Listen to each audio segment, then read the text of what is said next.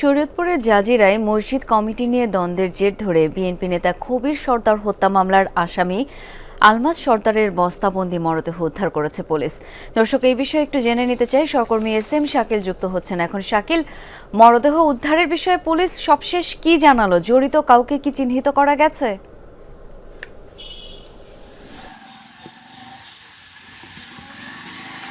এখন পর্যন্ত কিন্তু জড়িত কাউকে চিহ্নিত করতে পারেনি আইন শৃঙ্খলা বাহিনী, তবে তারা কিন্তু তৎপর রয়েছেন এবং এই এলাকা জুড়ে কিন্তু তারা শৃঙ্খলা উন্নতির জন্য কিন্তু তারা চেষ্টা করে যাচ্ছেন। আমি কিন্তু সেই স্পটটিতে রয়েছি যেখানে মূলত ঘটনাটি ঘটেছে। এই এখন যেটা স্ক্রিনে দেখা যাচ্ছে সেই ডোবাটার পরে কিন্তু রাস্তা, তারপরে কিন্তু আরেকটি ডোবা, ওই ডোবাতেই কিন্তু মূল ঘটনাটি ঘটে। এই রাস্তা থেকে ধস্তাধস্তির এক পর্যায়ে কবির সর্দার এবং আলমাস সর্দার নামে যে দুইজন ব্যক্তি ছিলেন তারা কিন্তু ওই ডোবাতে পড়ে যায়, এমনটা কিন্তু স্থানীয়রা বলছেন। তবে তাদের মধ্যে কিন্তু শুধু মসজিদ কমিটি নিয়ে দ্বন্দ্বটা এটা কিন্তু যেমন রয়েছে, তার আগে থেকেও কিন্তু তাদের পারিবারিকভাবে দীর্ঘদিন যাবৎ একটা দ্বন্দ্ব রয়েছে। সেই দ্বন্দ্ব থেকে কিন্তু মূলত এই সংঘর্ষের ঘটনা ঘটে এবং পরবর্তীতে দুইজন নিহত হয়।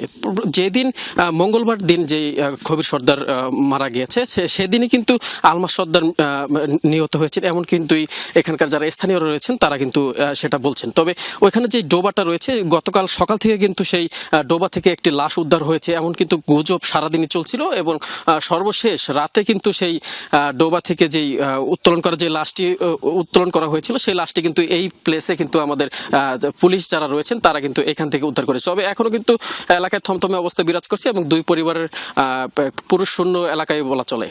শাওন। শাকিল, ধন্যবাদ আপনাকে।